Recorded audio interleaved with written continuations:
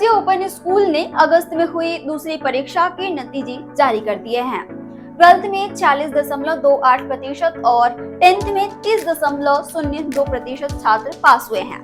Class 12th में total 11,718 विद्यार्थियों का परिणाम आया, जिनमें 903 ने फर्स्ट, 2,168 ने सेकेंड और 2,247 ने थर्ड डिवीजन में पास किया। क्लास 10th में 17,821 विद्यार्थियों का परिणाम घोषित हुआ, जिनमें 749 ने फर्स्ट, 2008 ने सेकेंड और 2,554 ने थर्ड डिवीजन में पास किया।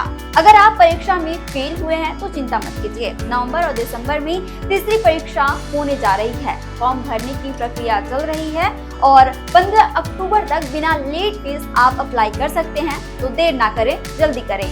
छत्तीसगढ़ से जुड़े और अपडेट्स के लिए आप देखते रहें वयम छत्तीसगढ़।